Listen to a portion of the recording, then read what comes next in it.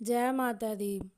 एक समय की बात है, बृहस्पति जी ब्राह्मण जी से बोले, हे ब्राह्मण श्रेष्ठ, चैत्र व अश्विनी मास के शुक्ल पक्ष में नवरात्र का व्रत और उत्सव क्यों किया जाता है?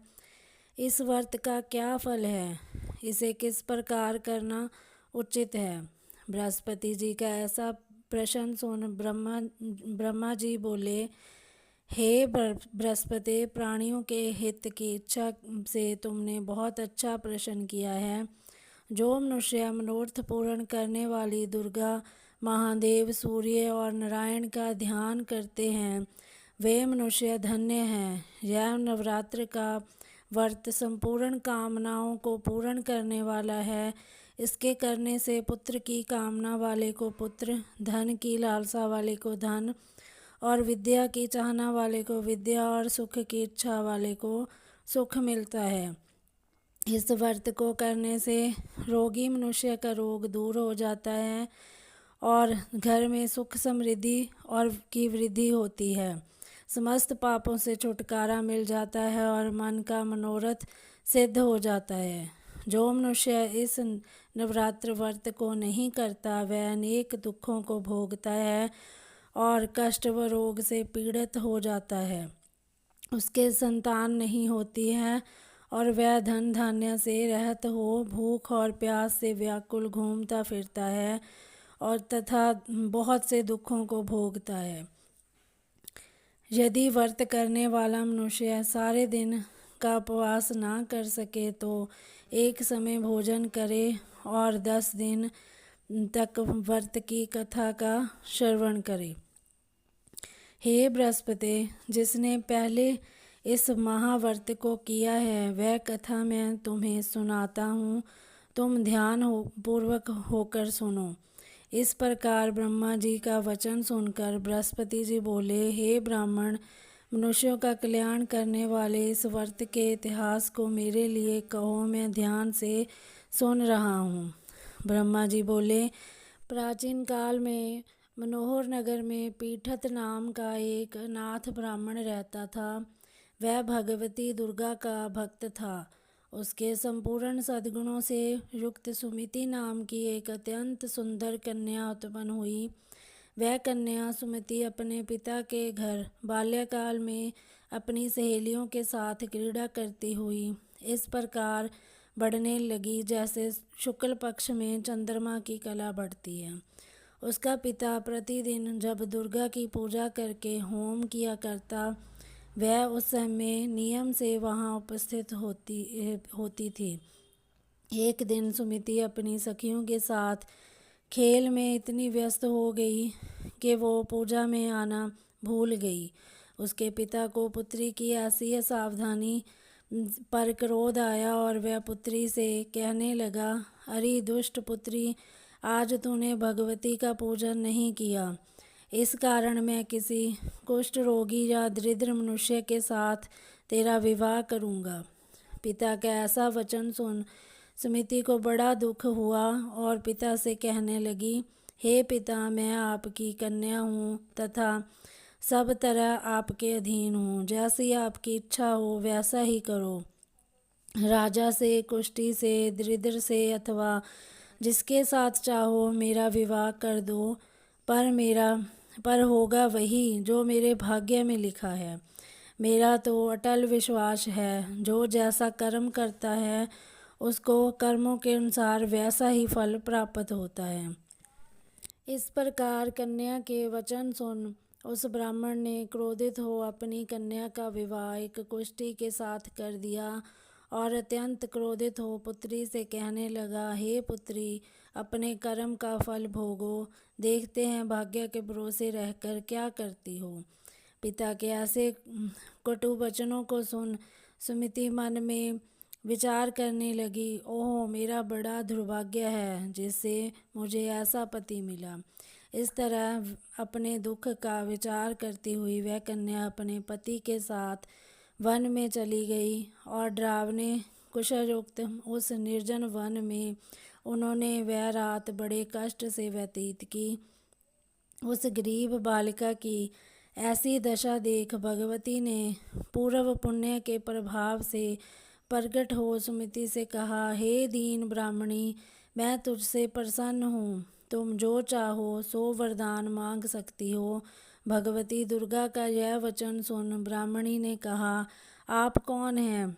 वह सब मुझसे कहो। ब्राह्मणी का ऐसा वचन सुन देवी ने कहा कि मैं आदि शक्ति भगवती हूँ और मैं ही ब्रह्म विद्या व सरस्वती हूँ। प्रसन्न होने पर मैं प्राणियों का दुख दूर कर उनको सुख प्रदान करती हूँ।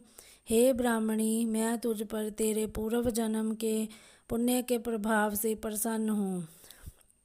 तुम्हारे पूर्व जन्म का वृतांत सुनाती हूँ, सुनो। तू पूर्व जन्म में निषाद की स्त्री थी और अति पतिव्रता थी। एक दिन तेरे पति निषाद ने चोरी की। चोरी करने के कारण तुम दोनों को सिपाहियों ने पकड़ लिया और ले जाकर जेल खाने में कैद कर दिया। उन लोगों ने तुझको और तेरे पति को भोजन भी नहीं दिया। इस प्रकार नवरात्र के 9 दिनों में तुमने ना तो कुछ खाया और ना ही जल पिया। इस प्रकार 9 दिन तक नवरात्र का व्रत हो गया। हे ब्राह्मणी, उन दिनों में जो व्रत हुआ, इस व्रत के प्रभाव से प्रसन्न होकर मैं तुझे मनोवांछित वर देती हूँ। तुम्हारी जो इच्छा हो सो मांगो। इस प्रकार दुर्गा के वचन सुन ब्राह्मणी बोली, अगर आप मुझ पर प्रसन्न हैं तो हे दुर्गा, मैं आपको प्रणाम करती हूँ। कृपा करके मेरे पति का कोढ़ दूर करो। देवी ने कहा, उन दिनों तुमने जो व्रत किया था उस व्रत का 1 दिन का पुण्य पति का कोढ़ दूर करने के लिए अर्पण करो। उस पुण्य के प्रभाव से तेरा पति कोढ़ से मुक्त हो जाएगा। ब्रह्मा जी बोले, इस प्रकार देवी के वचन सुन वह ब्राह्मणी बहुत प्रसन्न हुई और पति को निरोग करने की इच्छा से जब उसने तथास्तु ऐसा वचन कहा, तब उसके पति का शरीर भगवती दुर्गा की कृपा से कुष्ठ रोग से रहित हो अति कांतिवान हो गया। वह ब्राह्मणी पति की मनोहर देह को देख देवी की स्तुति करने लगी। हे दुर्गे, आप दुर्गति को दूर करने वाली, तीनों लोकों का संताप हरने वाली, समस्त दुखों को दूर करने वाली, रोगी मनुष्य को निरोग करने वाली और प्रसन्न होकर मनोवांछित वर देने वाली और दुष्टों का नाश करने वाली जगत की माता हो। हे अम्बे, मुझ निरपराध अबला को मेरे पिता ने कुष्ठी मनुष्य के साथ विवाह कर घर से निकाल दिया और आपने मेरा इस विपदा से उद्धार किया है। हे देवी, आपको प्रणाम करती हूँ, मेरी रक्षा करो।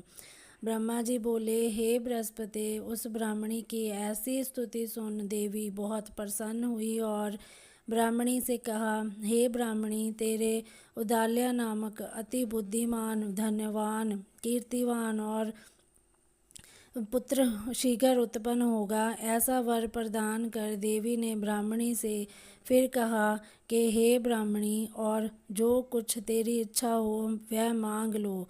भगवती दुर्गा का ऐसा वचन सुन सुमति ने कहा कि हे भगवती दुर्गे, अगर आप मुझ पर प्रसन्न हैं तो कृपा कर मुझे नवरात्र विधि व्रत की विधि और उसके फल का विस्तार से वर्णन करें। इस प्रकार ब्राह्मणी के वचन सुन दुर्गा माता ने कहा, हे ब्राह्मणी, मैं तुम्हें संपूर्ण पापों को दूर करने वाले नवरात्र व्रत की विधि बतलाती हूँ, जिसको सुनने से मोक्ष की प्राप्ति होती है।